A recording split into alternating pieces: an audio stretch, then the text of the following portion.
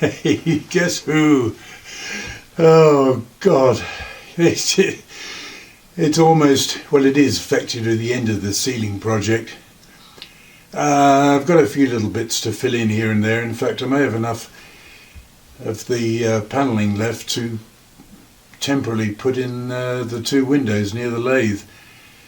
Bit of extra insulation, but the main part's finished. I thought I'd give you a quick walk around in a minute, preceded by the first still that I took, which was the very first sheet that went up. It has been an ordeal, and my back will attest to that, so it's been a bit gradual, but there's a definite bonus, not only on the light but the heat. I put the torpedo heater on for 5 or 10 minutes and it takes the chill off, and the effect of that lasts a lot longer.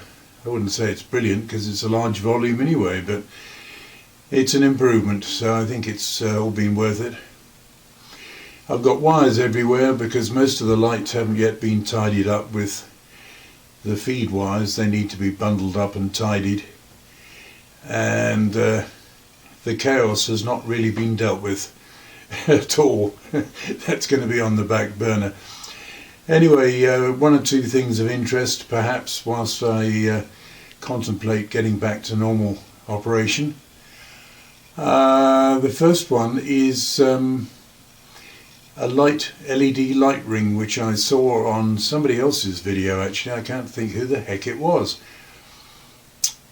I've got that set up temporarily just to test on the mill. I'll show you that. In fact, let's just see. I've got a spare one here. eBay, of course. Good old eBay. That's the business side of it. Short flying lead. And that just goes round with a bit of space to spare on the column on the mill. So anyway, let's just carry on this general prattle whilst I bore you to death and bring you up to speed now that we're sort of ceiling finished, and now I've got to get ready for I don't know how long it's going to take to get organised. I've thrown stuff everywhere. Anyway, here we go.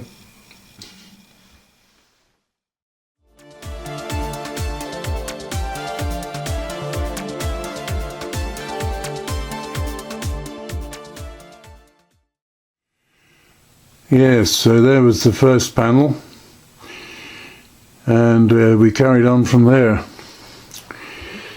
I'm handheld on this, which is pretty obvious.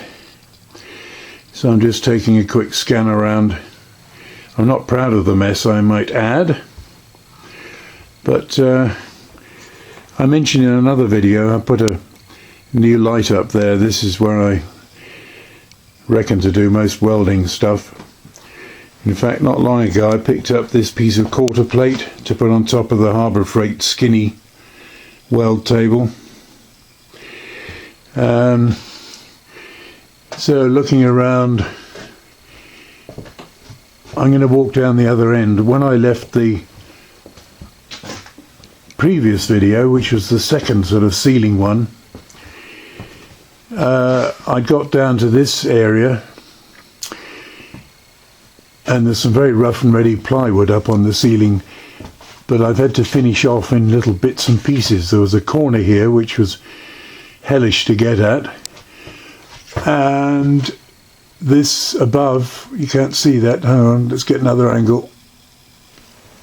That's only plywood, but it's a hatch. I've got some hinges and I'm able to open that. Not that I want to go up in a confined space very often.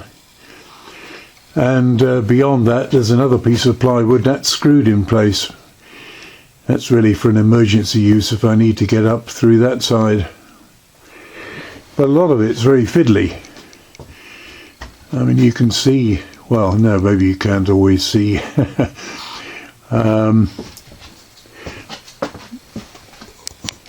Just step back a bit further. So there it is, sort of in all its glory, but all the mess. I think I said before, you can't really tell how much mess there is. It's just too much of it. So there's a lot got to be sorted out. Anyway, let's just come to the mill. Now this is just lashed up for now. Let me come down here. Let me switch it off for a moment. Let's move that out of the way. I've got to disable that switch. Yeah, so you can see that fits quite nicely on there. And the light, of course the column's right up the top at the moment. It does produce quite good light. The thing is, the lighting is general. It's not quite as directional as sometimes. If I bring the column down, so here's a more normal level, quite a bit of light. We'll see how that works out in practice. As I say, it's a total lash up at the moment. So what I'll probably do is take the flying leads up to a little connection box and probably put a switch on that, better than the switch I've got. And the power supply is just a spare 12 volt. And just to finish this off, hopefully it won't be long before I get a bit of machining done. This is actually probably the first project. It's probably going to go in front of the travelling steady job on the fingers, which I may have described previously. All it is a spring-loaded centre for the, well, it'll go in the tailstock. Probably a 1/2 inch on here, something big enough to make a body. Bore it out, put a spring in here, and then we've got the business end. We'll turn that to a 60 degree and harden it, and we'll mill out a relief on here, have a set screw. I scrubbed that out because it's only the first drawing. Anyway, the idea is obviously that you've got probably, it'll be about 1 inch of fairly good compression travel, mainly being used as was done by Adam Booth when he was tapping. And instead of just having the regular centre in the tailstock, he had the spring-loaded centre. I don't know where he got his, but it means you can keep the pressure on the back end of the tap whilst you work on the he was turning the tap wrench. I would probably put the handle in the spindle, but this would keep tension on it. I like that idea. I think we'll probably try and make something along those lines. So anyway, there we are, just another update.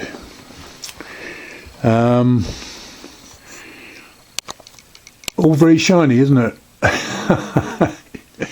Alright, hope to see you guys again soon when I get some machining on the go. Bye for now. Thanks for watching.